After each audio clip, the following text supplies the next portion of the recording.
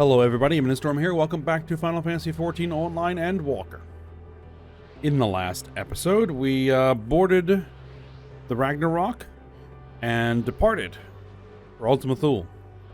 We went through the whole launch sequence of the ship, the summoning of the primals, their integration into the ship's systems, the opening of our hyperspace window, and our hyper jump across the known universe. And then we arrived at Ultima Thule, and when we did, Meteion showed up and tried to kill us all. But in that process, Thancred attacked her, and then we kind of blanked out. We didn't, and when we came to, he was gone. We began exploring Ultima Thule. You find out until a little bit later that Thancred, or that Meteion had attempted to unmake Thancred, but his soul managed to endure, and his desire for us to survive was strong enough to overpower the despair that rules Ultima Thule and remake it into an environment that we can survive in. So, as long as his soul persists, we can still survive here. And so, we encountered the memory fragments, I guess, of the dragons from the world where Midgardstormer originates, and learned a little bit about what happened to them, and found the dragon that was controlling the emotions that ruled that segment of Ultima Thule. And Estinian then essentially did the same thing Thancred did, sacrificed himself to overpower that emotion, and allowed us to advance beyond. So we are here now at a new segment of Ultima Thule. We need to explore here and figure out what's going on, and then see what we're going to have to do to get through it.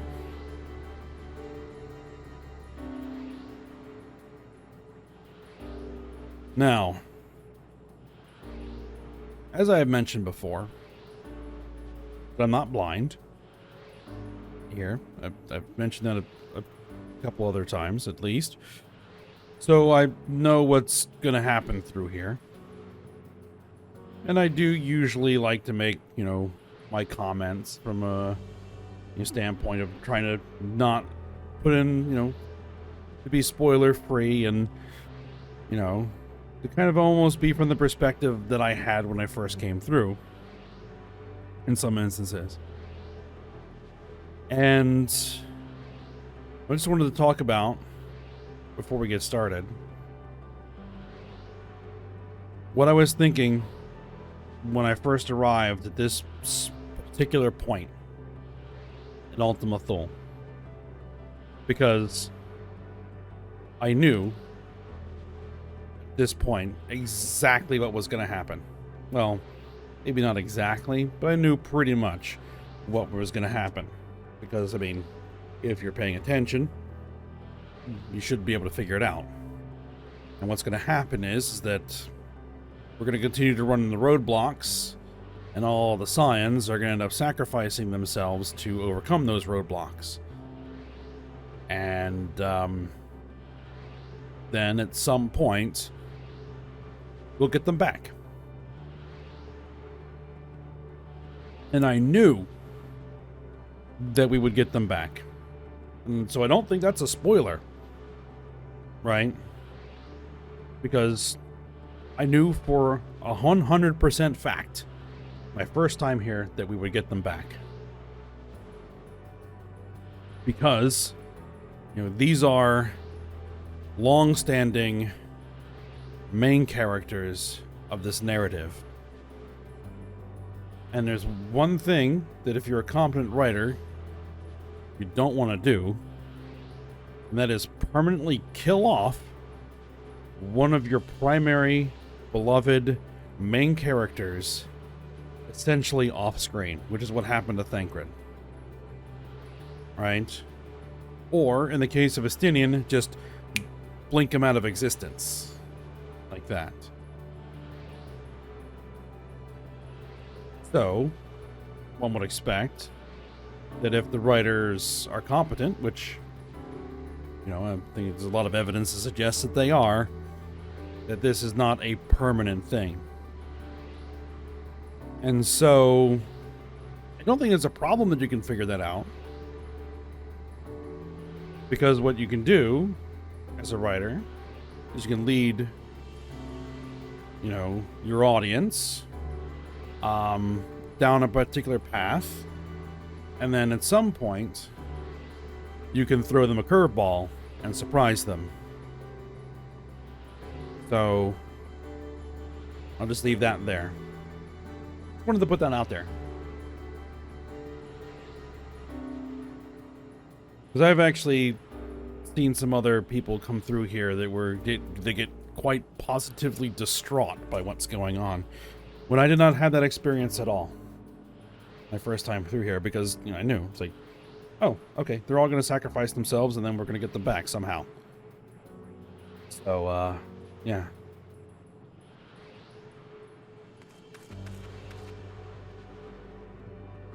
Well, let's move on to the next roadblock then. Alphano.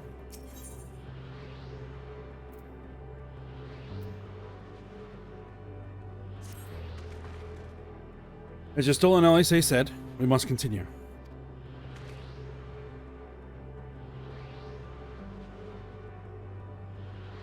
Notice a change in our surroundings? Perhaps this is the memory of an altogether different world. It would be prudent to learn more of it, then tread carefully lest we lose our footing in this sand. I don't remember if I talked to them before that. I don't think I did. Well, too late now.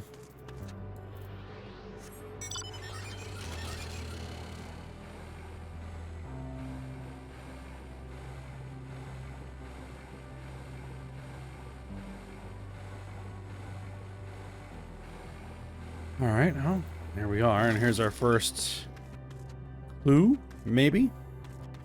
How do you say? Stand. Stand everywhere. Alphano. If not for the light emitted by these glyphs, I might well have overlooked this monolith. Graha. Another seemingly barren world. For mercy, the air is nowhere near as stale, but still quite dry, and the sand will no doubt prove bothersome in due time. And Yustola? If you're worried about my vision, you needn't be. I can still see quite well. Okay. Eorzea? Were it not for the violet crystal embedded in the surface, it would appear as ordinary stone. A curious script hath been etched upon them. Alas, it is not a language with which I am familiar. I cannot say I recognize it either. Nor I. The dragons, from what I recall, preserve their knowledge in song and eschew the written word entirely. So we may assume this is the work of another race, one we have yet to encounter. Meteon claimed the dragon's world suffered a slow death, seeking the release of oblivion. What life we find here, like as not, doth wend its way toward a similar end.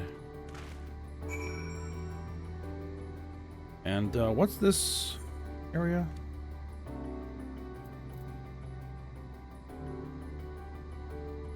Ostrakon 3.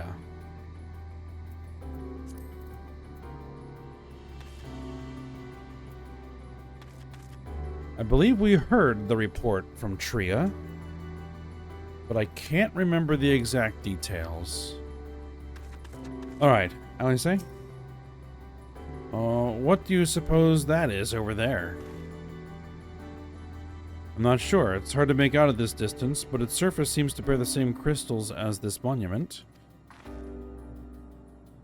There's a chance we may find whoever built them both. We should go and have a look. Come on.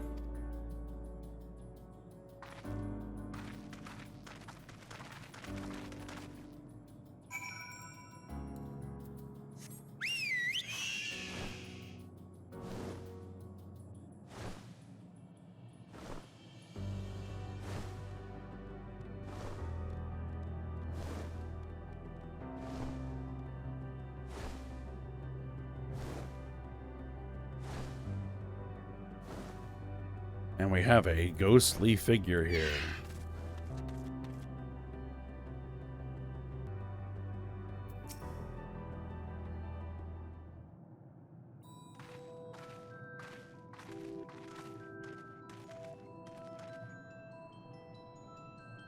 Hail, travelers. This is a most unexpected occurrence.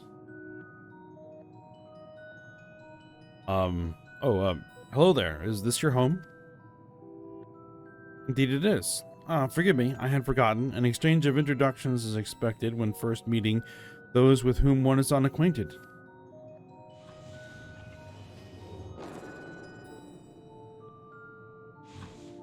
Alright, well, you're a funny little thing, aren't you? When the vibration of vocal folds was still required to convey our thoughts and intention, Ea, I believe, was the pronunciation used when referring to our people.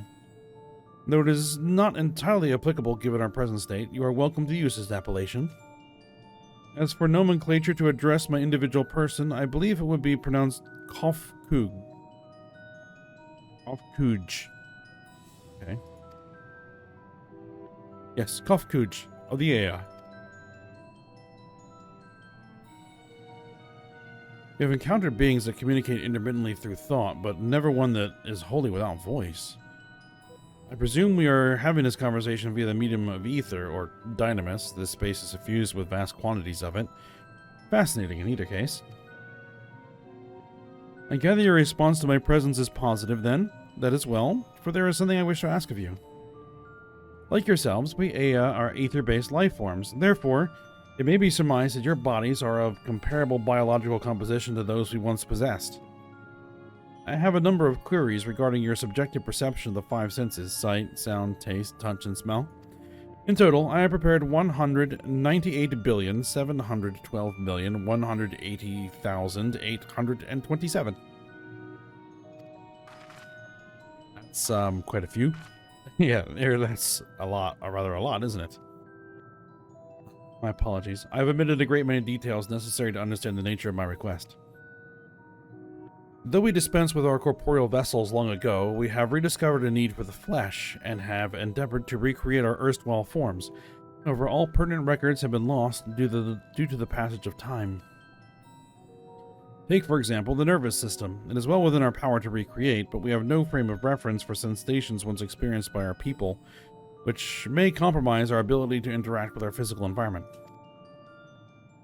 And the reason you need to regain corporeal forms? Why, to bring an end to our existence, of course.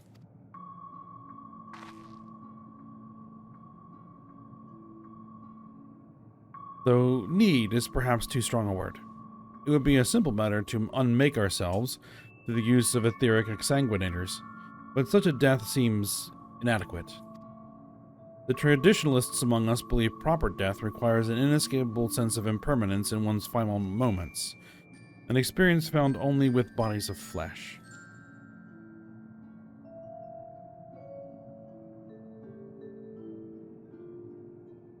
Now, we should very much like to hear more of your plans. In exchange, we will answer any questions you have to the best of our ability.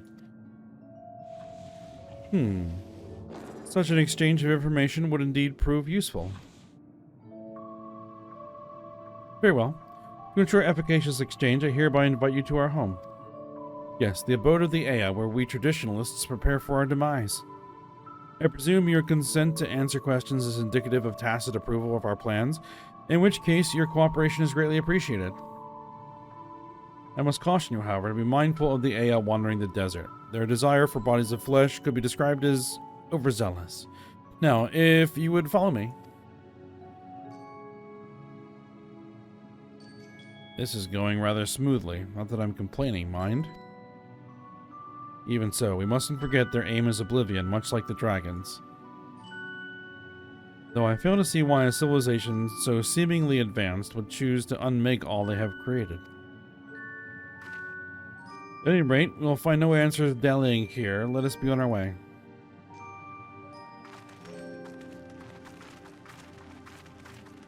Yes, they don't just want to die. They want to die the right way.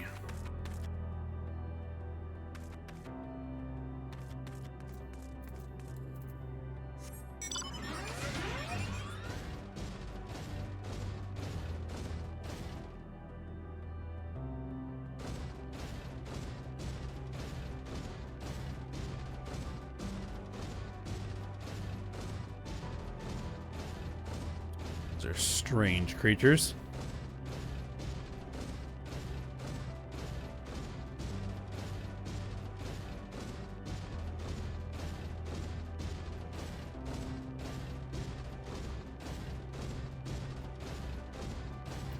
All right, here we are. Alice. They said there would be others, but I don't know what I was expecting. Alphino. Something tells me we have different definitions of the word abode. And Y'shtola. I should not be surprised their concept of a village is so different from ours, and yet... Graha. More violet-colored crystals. I cannot place my finger on it, but there is something unsettling about them. And Eorzea. The Isle of Dragons was shrouded in silence of the dead, yet the stillness here doth suggest the Ea are, by and large, merely sleeping. Alright, cough. Welcome to our abode. Most of our compeers, you will find, remain idle in their domiciles, though your quizzical expressions indicate my phrasing is unclear. I speak, of course, of the violet crystalline constructs hanging from the stone structures here. You say they remain idle, but what of your work to regain corporeal bodies? An astute question, and understandable given your finite nature. We have no desire to pursue our research, for it is no longer necessary. If in our idleness we are struck by sudden inspiration, we rise to pursue said inspiration to its conclusion. That is why I was present for your arrival, and why I continue to engage with you still. While the others are not currently in a motile state, rest assured they would not object were you to disturb their respite. You'd only cast your thoughts towards one of the crystalline domiciles to communicate.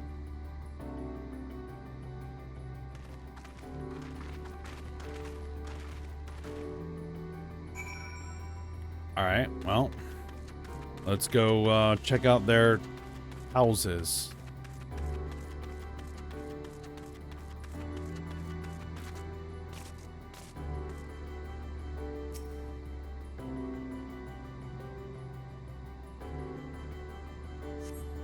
You cast your thoughts toward the crystalline domicile, but there is no response. Okay.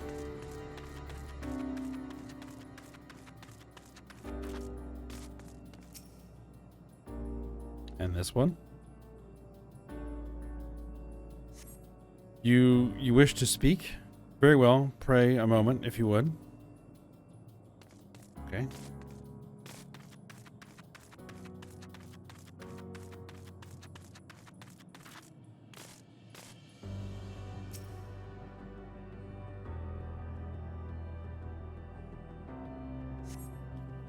Why we seek our end, you ask. If you wish to know, I will tell you. Just a moment, I must remember. What form did I take when I last emerged?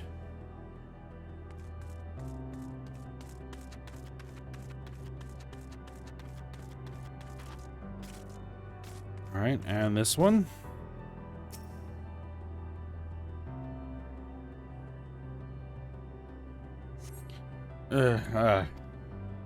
Strange moaning comes and goes, but soon fades into silence. Alright.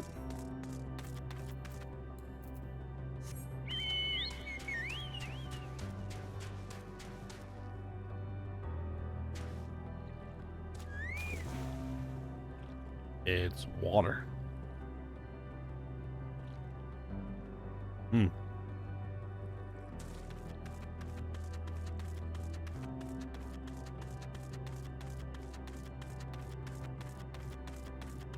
All right, Cough.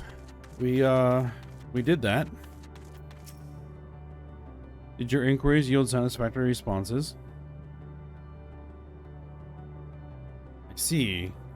If they failed to answer, then it's likely because their minds have unraveled due to prolonged idleness. They are not but concentrated ether now. We're not. There are no others who have needed those lodgings, and they will not prove a hindrance to remain as they are. But more importantly, you said some few did answer your request for an audience. Yes, I imagine they will be with us ere long.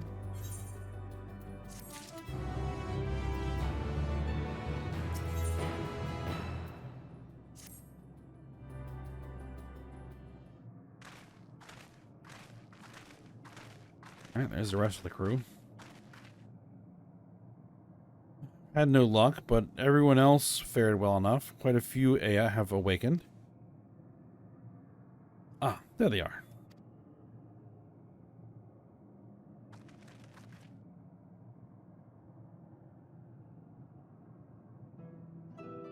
May I introduce you to La Locke, Du Deek, and Ne Neg Nij.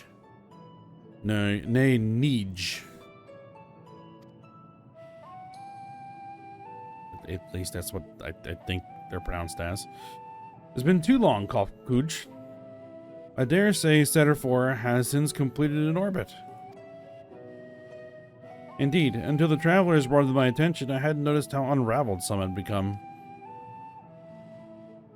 Travelers? Ah, of course, of course. The ones who wish to know why we seek to regain corporeal forms. The truth of the matter is as plain to see as the neighboring systems, but my single account would fail to satisfy the requirement for scientific objectivity. Thus did I bid them awaken you. Am I the only one who struggles to tell who is speaking? Nay, thou art not. In the absence of corporeal forms, and the divergence they afford, mayhap such similarity in voice is unavoidable. By the way, Kuj, have you already observed the requisite custom for the travelers? That which one is expected to do when receiving guests, a matter of proper form?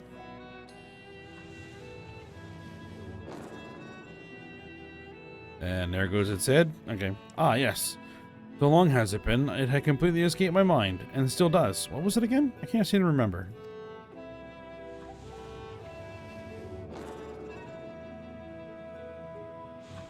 Neither do I. Pity. I was hoping you would.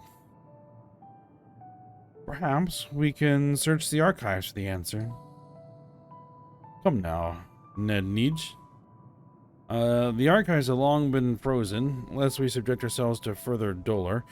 Surely you can recall that much. Ah, of course, food. The custom is to serve food. Beings of flesh, such as they, must regularly replenish their ether. By contributing to their replenishment, we communicate our friendly intention. That's right, that's right. We duly invite you to join us in communal repast, after which we may engage in leisurely conversation. If we have a chance to learn something, then I see no reason to decline. Excellent. If you care to follow, we shall feast you on the purest ether.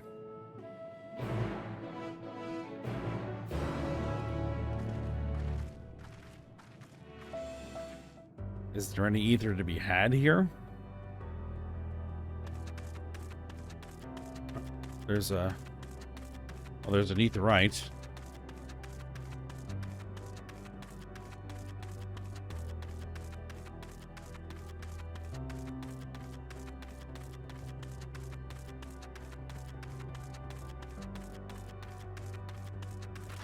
At least what we think of as an etherite.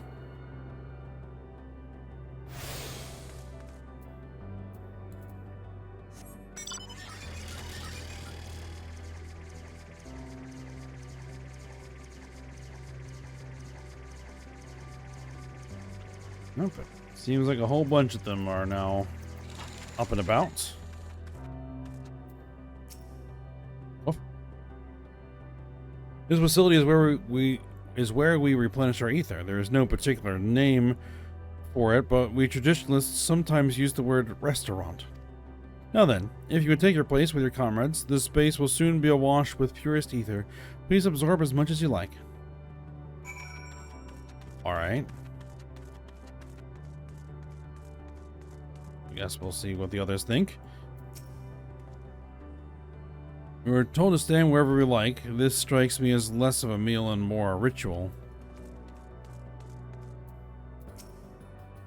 Judging by the construction of this facility, it would seem the Ea directly draw upon the ether. Ether, they said, but I can't help but feel a bit nervous. If they're thus able to replenish their ether, the loss of vital sustenance isn't likely to be the cause of their demise. Yustola? If it is as I suspect, then this so-called feast... Actually, let us see it for ourselves. Fear not. We're not like to come to harm.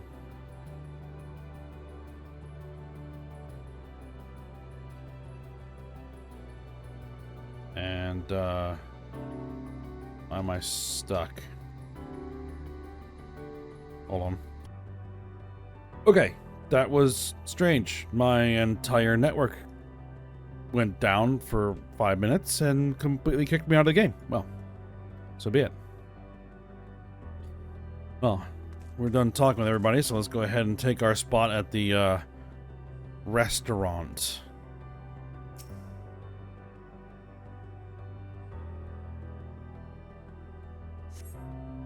You brace yourself for a rush of sweet, sweet ether, but nothing seems to happen.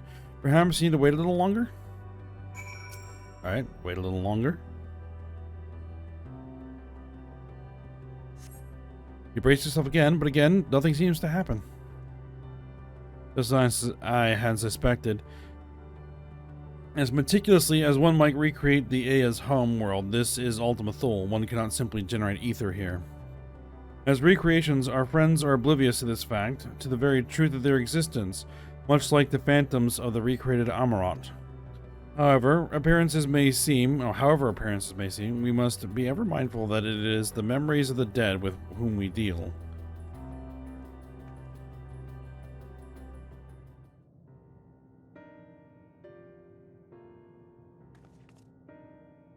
So, did you have your fill of ether? Alas, we couldn't absorb it. A deficiency of our forms, it would seem. Oh, how very unfortunate. May I ask how you normally replenish your ether? By, eating and drinking. Through your mouths, you say? Very primitive and quaint. To think that their mouths serve not only to expel sound, but draw in sustenance. Besides, such life forms have long since vanished from our systems.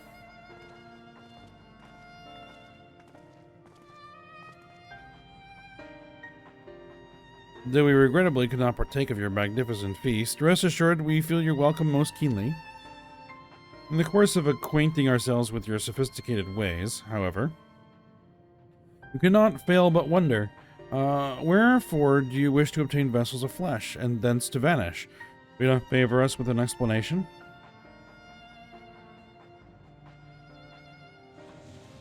You flesh and blood beings are always so hasty. It does have its charm, however. Very well, we shall indulge you. In the beginning, when the Ea yet possessed corporeal bodies, our ancestors dedicated themselves to the pursuit of knowledge and technological advancement. By transcending all limitations, we believe we would eliminate sorrow and abide in true happiness. From the tangible, such as land, to the intangible, such as labor, there exist myriad hindrances to progress, but the most confining of all was the flesh itself. Our natural lifespan was distressingly middling, you see, too short to enjoy unhurried lives, yet too long to be considered disposable. Furthermore, to simply maintain the integrity of our bodies demanded considerable resources. But we managed to solve this problem. After long years, we discovered how to become non-corporeal entities with everlasting lives, untroubled by the failures of the flesh. Thus changed, we had more time and freedom to continue our scientific pursuits. We went on to make ever greater strides in our quest to transcend all limitations, until we finally decided to challenge the last of them all, the limit of knowledge. That is to say, deciphering the laws of creation. We sought to discover how the universe came into being and explain all extant phenomena, and thence predict the future. If we could but achieve this, we believed that we would be free from uncertainty and anxiety. And did you find the answers you sought?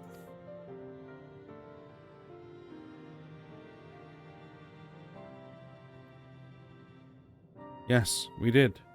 Our efforts revealed to us a fundamental truth. Knowledge of said truth is essential for the continuation of our conversation. If you would learn more, we will share it with you. No, we mustn't. Primitive as they are, it would be unspeakably cruel to deprive them of their ignorance. They are possessed of corporeal forms, their lives readily ended. As those who have gone before, is it not our duty to warn them? What thinkest thou?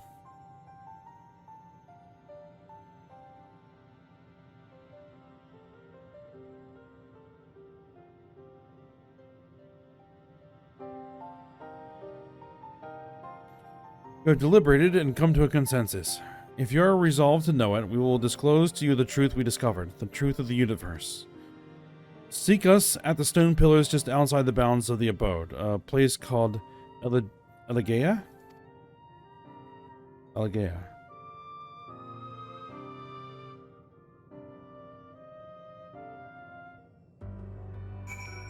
Okay, Eorzea. Like her master, Yrstola seeketh the truth of creation.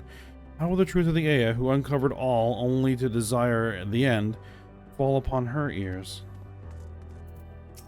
And Graha? To define the laws of creation would have been no small feat, even for the Ea. They, having eternal life and hence no sense of haste, would only have made it harder. Such tremendous drive for knowledge they once must have had, and I struggled to reconcile it with the listless beings before us. Whatever answers they found, it did not bring them happiness. No. No, it wouldn't. Or no, it didn't. You may be intimately familiar with a problem. Know it like the back of your hand, yet powerless to solve it. In the course of my struggles, I've often been made keenly aware of this fact. I wonder, have the Ea never felt the same frustration? An Alphino? It is true that a lack of knowledge can beget fear, therefore, in theory, by acquiring all knowledge, it may be possible to attain peace. But as Heidelin told us, all those peoples who attempted to free their worlds from life's woes met with failure. The Ea are among them, as their presence here attests. The tale we are about to hear will not be a happy one. No.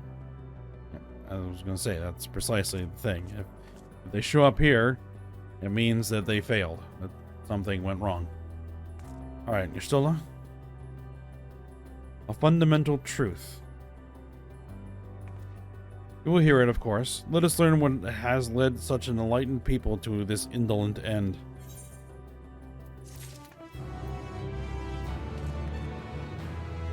Eorzea has something to say. Ere we join the Ea, there is one trifling matter I would fain investigate. Ayame, Grahatia, might I trouble you for your assistance? Okay. But of course. My thanks. We shall head outside the abode, if you would kindly follow me. I know not what mischief you are plotting, Eorzea, but I trust you have our best interests at heart. The rest of us shall go on ahead to Eorzea. Lest you worry, we won't start without you.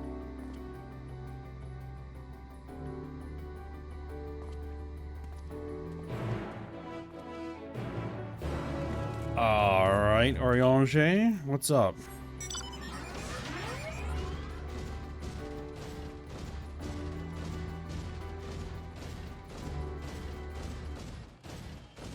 Alright, here he is. I just jumped past that travel. Alright, Graha. A spring and a sizable one at that. I hadn't noticed it amidst the dunes. Alright, Eorzea, what's up?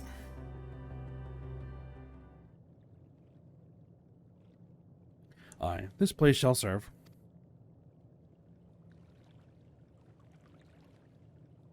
Is it the spring that you wish to investigate?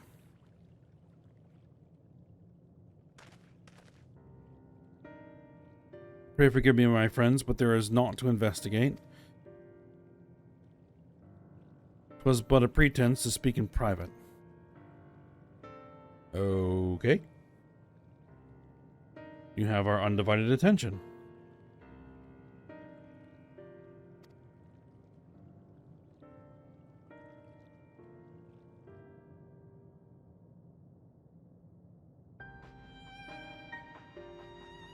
As we have established, here in Ultima Thule, those denizens of ruined stars are recreated in their twilight days. Yet one question doth arise in my mind. So faithfully formed are the simulacra that they believe themselves yet amongst the living. How dost thou suppose this is possible?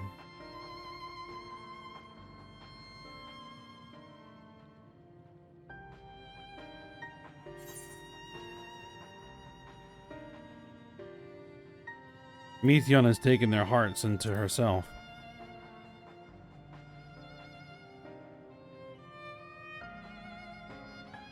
I'm inclined to agree. If Methion can take the emotions of others as her own, I dare say she would be able to recreate them more faithfully than had she relied on any historical account. By which logic, she must have visited them while they still lived, the dragons and the Ea both. So did I theorize, and, upon that assumption, consider how those two races may have met their demise.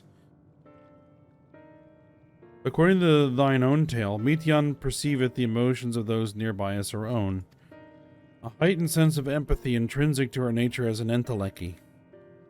In the course of her starfaring journey, if she encountered beings who strongly desired a cessation of their existence,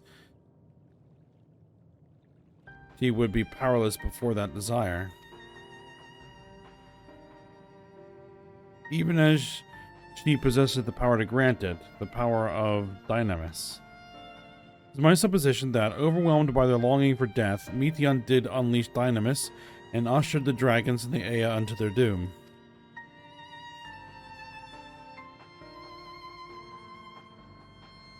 Of course, such was not always the outcome. Full many stars did she find already lost to ruin. In order to create a terminus, however, the fervent desire for the end is essential. Therefore, should you struggle to find the way forward, pray ask yourselves this. In the place where you stand, whose is the soul that yearneth most desperately for oblivion?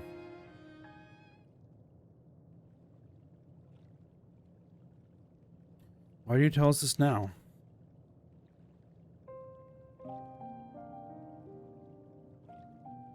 And there again would I betray your trust, this pledge I did make to my comrades in bringing thee into my confidence. I would remain true to my word.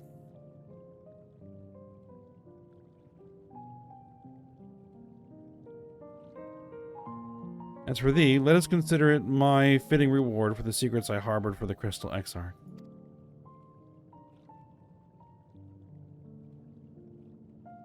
I once placed my faith in thy chosen path, walking at thy side, full knowing that we were bound for thy demise.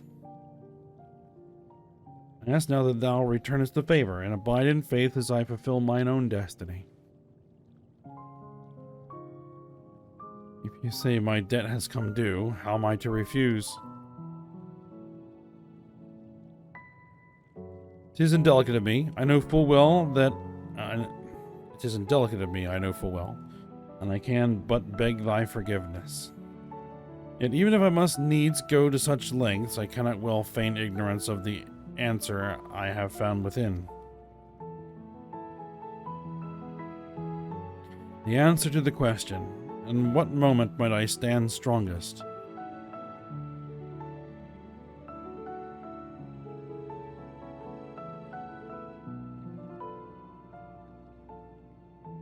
After all that we've been through, I will say only this. Do what you must. Do what you must and see your conviction through. I shall, my friend, I shall. Without further ado, then, let us go join our comrades.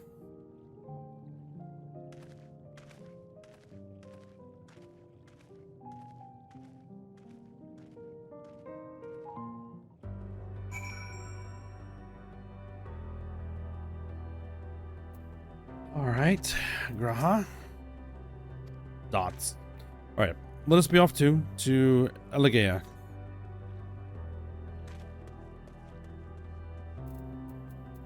Yep. We need to find the one that has the strongest desire for oblivion, because that is the one that is barring the way.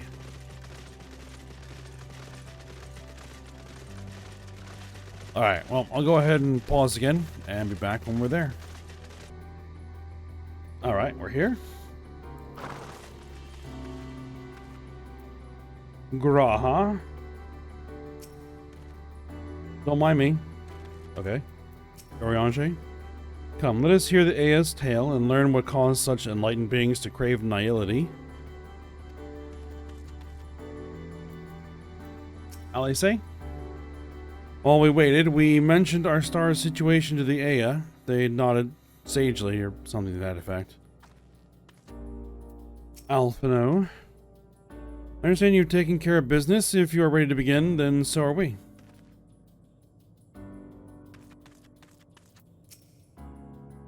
Oh, you're here already? Your comrade said you would be late. Okay, and you... We have prepared for our accounting. To facilitate comprehension, the information will be simplified to match your primitive minds. Thanks. Your companion in front, the one called Yustola, she seems the keenest to learn the truth. I pity her. It would seem your star too has been plunged into a panic-induced cataclysm. We hope that our tale will not serve to exacerbate it.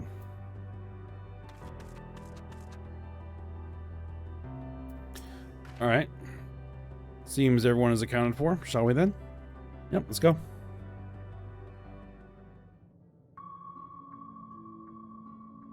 Please continue. Tell us about this truth you discovered. Very well. Bear in mind, however, that the purpose of this conversation is not to impart scholarly knowledge, for such requires that you comprehend the subject matter, which you will not.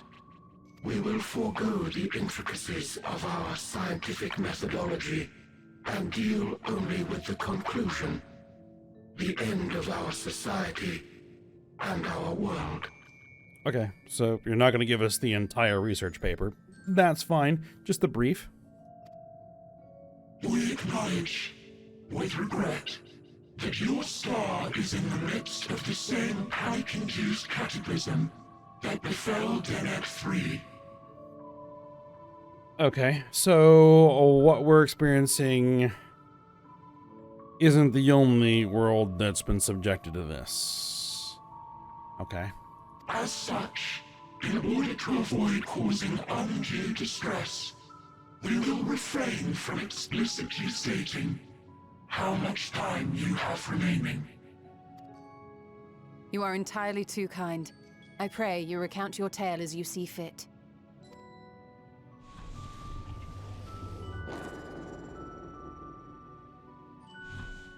In the beginning, the universe was but a tiny particle. Then suddenly, this particle began to expand. Having remained entirely in the bounds of your star, the phenomenon may be difficult for your kind to grasp. But this expansion has since continued unabated.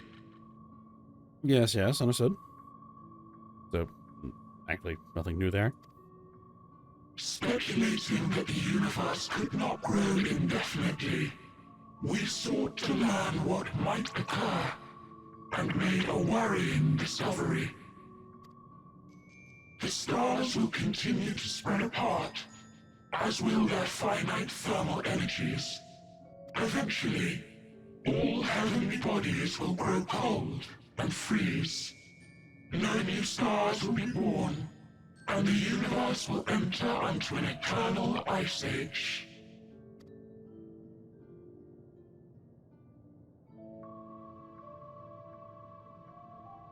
In hopes of proving that this determination was erroneous, we scrutinized our research from all angles, even as we sought to avert the everlasting winter. The endeavor proved fruitless. So infamously so, in fact, that it became synonymous with vain effort. The universe as we know it would end, and there is no way to prevent it. Beneath the weight of this knowledge, our society stagnated. Though we had time still, It was a cold comfort. Why strive for anything when desolation is assured? When our wealth of wisdom, accumulated since the dawning of our kind, would be forever lost. No civilization would rise from our ashes. No scholar recover our knowledge. In silence unbroken, naught would stir. Intellect was once our pride.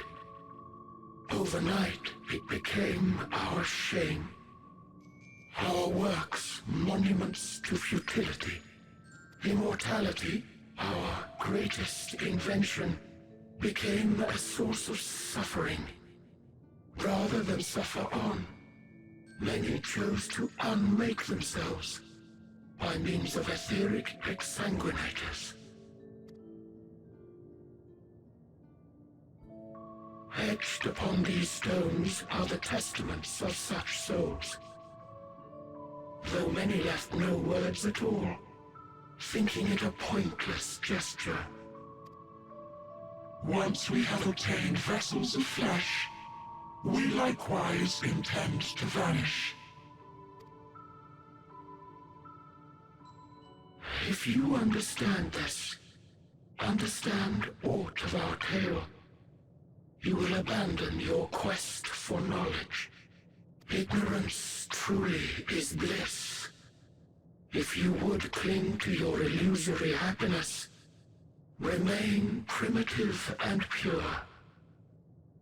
It is the only way. Okay.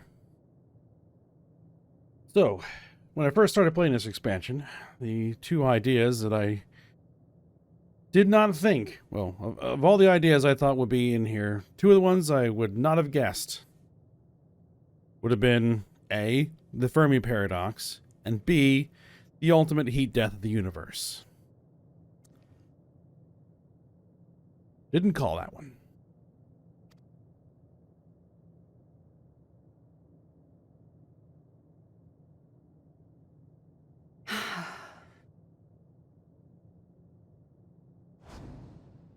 So that's your story.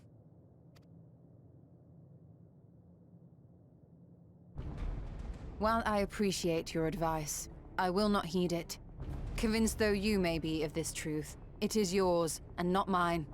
Indeed, truth, I have ever believed, is in the eye of the beholder. Are you suggesting that we have reached a faulty conclusion? That our science failed us? Hardly. As you yourself said, the subject matter is beyond my comprehension. And that, I accept, is true. I do not possess the knowledge to prove or disprove your conclusion. In my mortal years, I doubt I could even approach the wisdom of the air. But of one thing am I absolutely certain. I would not be happier in ignorance. Y'shtola, no! You mustn't! Actually, she has to. The most important lesson I've learned is that learning isn't simply passing one's eyes over words. Nay, 'tis when understood for oneself that knowledge attains its true value. This is what has sustained me, driven me onward in joy and wonder, in anger and sorrow.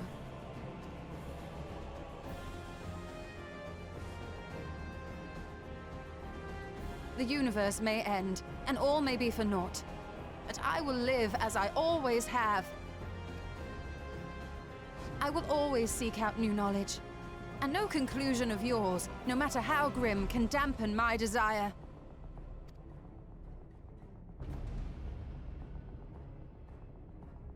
I suppose it is only to be expected. Their feeble minds cannot fathom the terrifying gravity of it all. But worry not.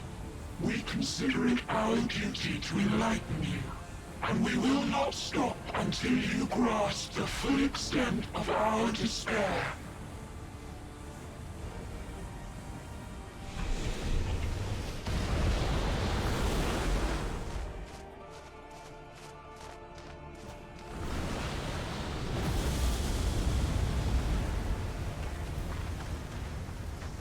Keep calm and listen well.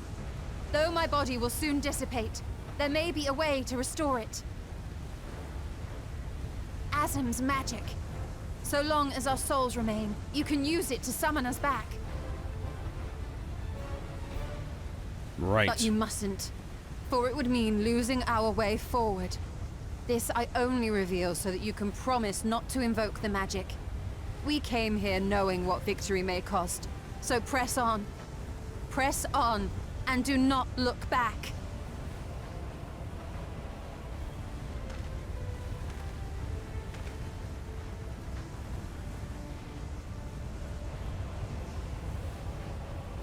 I shall join thee. As subterfuge is not required, thou shalt not suffer for mine absence.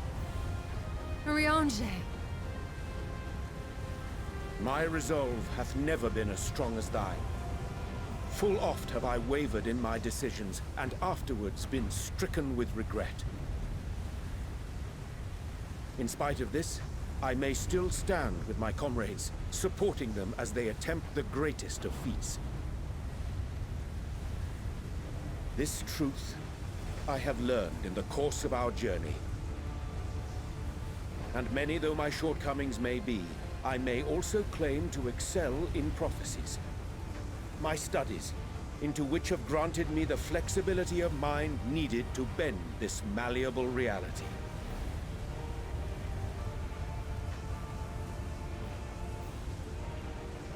Thus shall I hope that thou mayest have the strength to resist, and our comrades the strength to continue.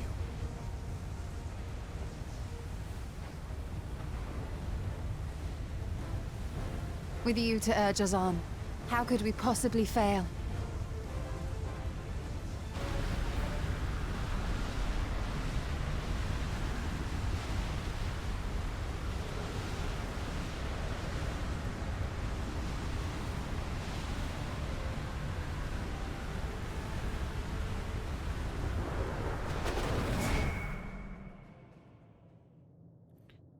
And there they go.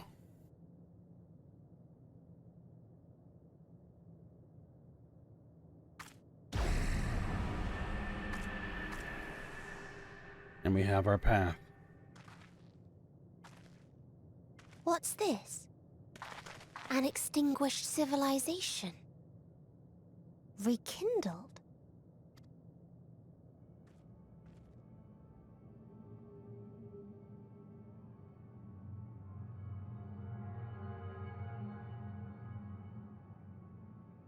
That's right.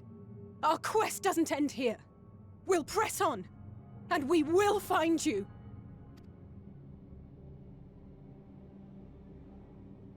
There. That's where you'll find me.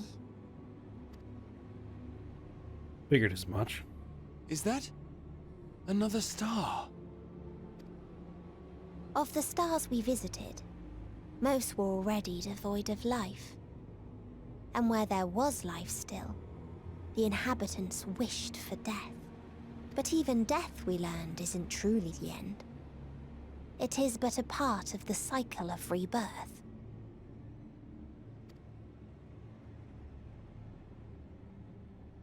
Souls return to the star, or in its absence, a larger flow.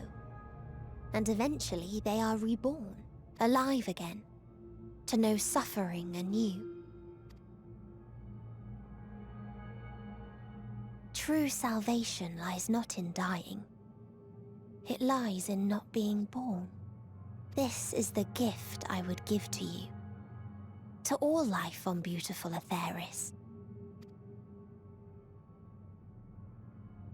To that end, we created an egg wherein life cannot quicken. That dead sun.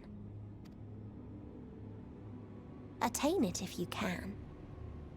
before your friend's emotions fade away, along with their protection.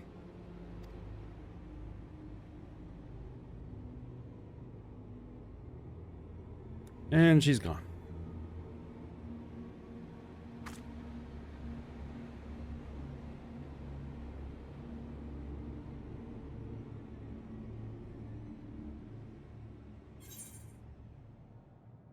All right.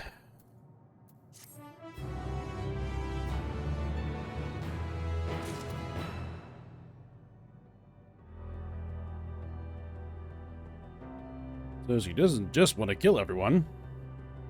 She also wants to prevent anything new from being born. All right, then.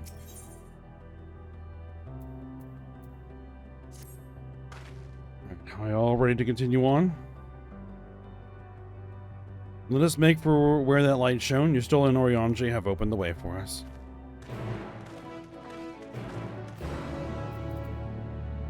All right. So we now have a new section of this region to explore. I think we will do that next episode. So for now, we'll stop here. I hope you guys enjoyed it. Thanks for watching. Go ahead, like, subscribe, and comment. I will see you next time.